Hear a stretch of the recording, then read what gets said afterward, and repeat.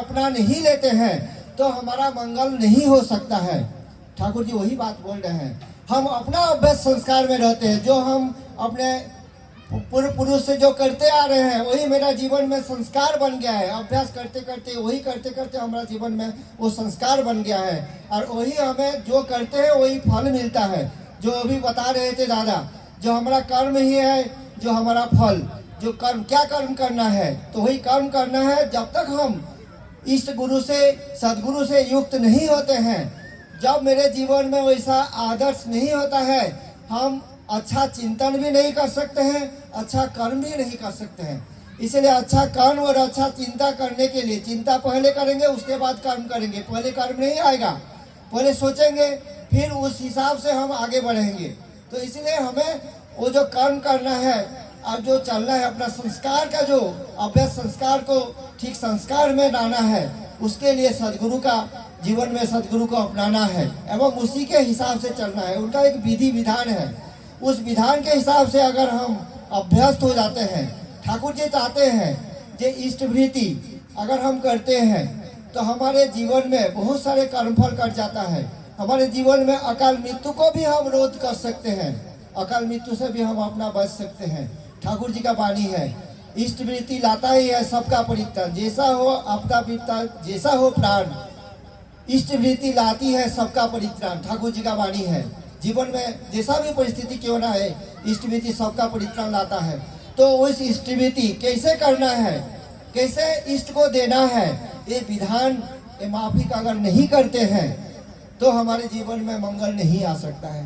तो आचार्य देव के पास जब कुछ लोग गए थे, अपना समस्या बता रहे थे, आचार्य देव पूछे कि हम दीक्षा क्यों लेते हैं, हम दीक्षा क्यों लिए हैं। हम प्रश्न उसका जवाब दे सकते हैं। हम बहुत लोग दीक्षा लिए, बहुत लोग दीक्षा नहीं भी लिए हो सकते हैं, लेकिन हम जो दीक्षा लिए हैं ठाकुर जी से, क्यों लिए हैं दीक्षा, इसका जवाब मेरे पास है। इसका एक ही जवाब है, हमें ठाकुर जी से प्रेम करना है, ठाकुर जी को खुश करना है। जो अभी गलत में बोले थे कि कंतदा, ठाकुर जी को खुश करना है। मेरे गुरु को, मेरे इष्ट को खुश करने के लिए मैं उनके पास गया हूँ, उनको प्रेम करने के लिए मैं उनके पास गया हूँ। और कोई चाहेगा नहीं है मेरा, और कोई अल्टरनेटिव भी नहीं है। अगर ये मेरा ठीक रहे तो जीवन में मैं निश्चित मेरा गंतव्य में पहुंचूंगा, ये गारंटेड है। आचार्य देव वही बात बोलते हैं कि तुम ठाकुर से प्रेम करते हो क्या? अगर प्रेम करते हो तुम्हारा जीवन में समस्या आ ही नहीं सकता है, तुम खुद ही समस्या का समाधान कर दोगे।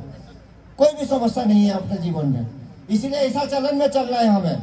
तो हमें हमारा परम सौभाग्य है, ठाकुर जी इस युग में मिले हैं, आचार्य परंपरा को देके गए हैं, जो उस ठाकुर को जीवंत रूप में पकड़ के रखे हैं, और जो हमें हर मोमेंट में हमें अपना आदर्श के रूप में हमें अपना अभ्यास व्यवहार के द्वारा हमें सिखा रहे हैं। हमारा जो जीवंत शिक्षक है, जीवंत शिक्षक है अभी आचार्य देव, जो हमें आचरण करके ठाकुर जी का हर वाणी को अपने जीवन में उसको उतार करके हमें सिखा रहे हैं। इसलिए उनसे हमें सीखना है, उनके पास जाना है, उनके पास बैठना है, उनसे सुनना है, उनसे प्रेम करना है। ऐसे करते करते हम जीवन में ठाकुर जी से प्रेम आएगा। क्या ठाकुर जी हमारे सामने अभी जीवंत नहीं है, क्योंकि ना वो जीवंत है ये आचार्य के माध्यम से। इसलिए आइए हम ठाकुर को जैसे पकड़े हैं उनको ग्रहण करके अपने जीवन में आगे बढ़ें, हमारा जीवन को सार्थक बनाएं। परमपिता के रातुल चरणों में आप सबका मंगल प्रार्थना करता हूँ। जय गुरु।